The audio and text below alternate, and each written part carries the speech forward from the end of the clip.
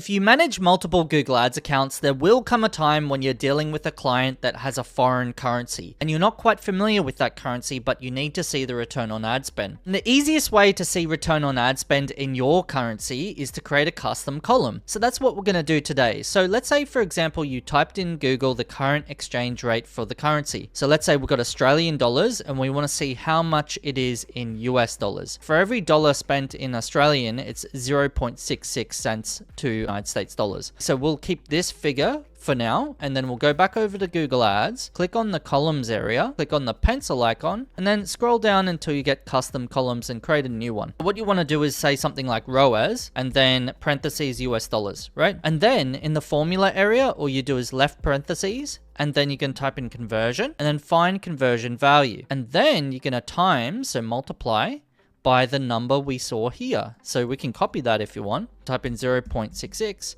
and then close parentheses. And then what you're going to do is hit the divide symbol and then type in cost. So let's go cost. And that's it. So that's how you can see ROAS in a currency that you're familiar with. So we'll click save and apply. And then we'll toggle that one on so we can see that one here.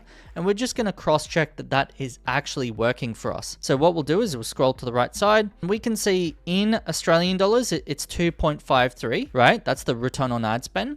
And in US dollars, it's 1.67. So this looks accurate to me simply by looking at this benchmark here. So we know that for every dollar, it's around 0.66, and that's very close to it. So I hope that helps. If you've got any questions, leave them below. More than happy to answer you, and I'll see you in the next video.